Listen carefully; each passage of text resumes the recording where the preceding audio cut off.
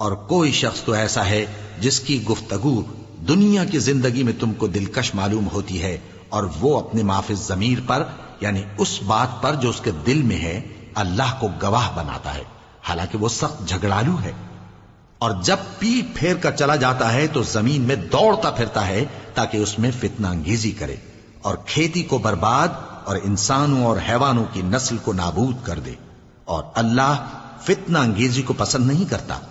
اور جب اس سے کہا جاتا ہے کہ اللہ سے خوف کر تو غرور اس کو گناہ میں پھنسا دیتا ہے، سو اس کو جہنم کافی ہے اور وہ بہت برا ٹھکانہ ہے۔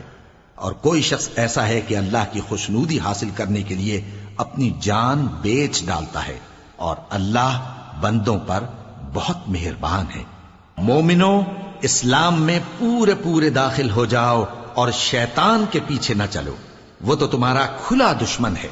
پھر اگر تم احکام روشن پہنچ جانے کے بعد لڑکھڑا جاؤ تو جان رکھو کہ اللہ غالب ہے، حکمت والا ہے۔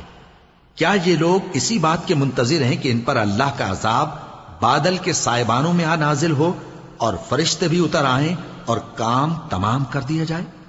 اور سب کاموں کا رجوع اللہ ہی کی طرف ہے۔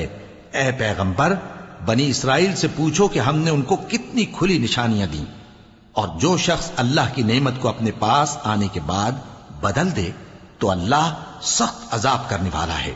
اور جو کافر ہیں ان کے لیے دنیا کی زندگی خوشنما کر دی گئی ہے، اور وہ مومنوں سے تمسخر کرتی ہیں، لیکن جو پرہیزگار ہیں وہ قیامت کے دن ان سے اوپر ہوں گے۔ اور اللہ جس کو چاہتا ہے بے حساب رزق دیتا ہے۔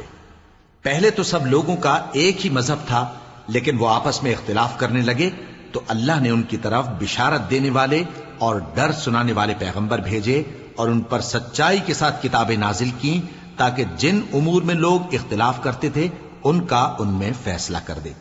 اور اس میں اختلاف بھی انہی لوگوں نے کیا جن کو کتاب دی گئی تھی، باوجود کہ ان کے پاس کھلے ہوئے احکام آ چکے تھے، اور یہ اختلاف انہوں نے صرف آپس کی ضد سے کیا۔